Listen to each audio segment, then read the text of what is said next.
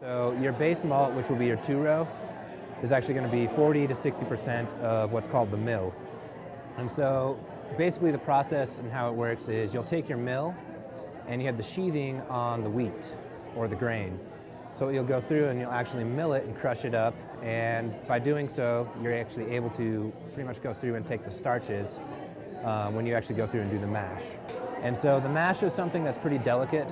You'll go through and you actually heat it up to about 145 degrees to 160 degrees, and then you add in your grain. Doing so, you activate the enzymes that are within the wheat and the grain, and these enzymes will actually go through and they'll take the starches out of the wheat and the grain, and they'll go through and transfer that into sugars, which is like the primary thing to make the alcohol for fermentation.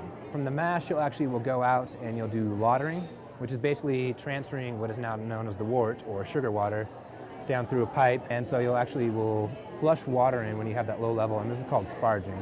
And this will actually get the excess sugars off the grain that are left. And in doing so, when you're draining this out and lautering, you want to influx the temperature on your mash.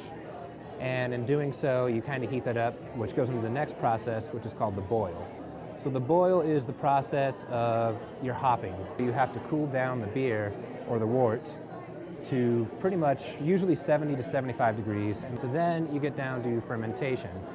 In order to ferment the beer, you have to oxygenate it, because that's what the yeast strains will actually go out, and that's what they kind of feed on. And then you actually can pretty much go three separate ways. There's kind of a special area, which is kind of like wild yeast fermentation.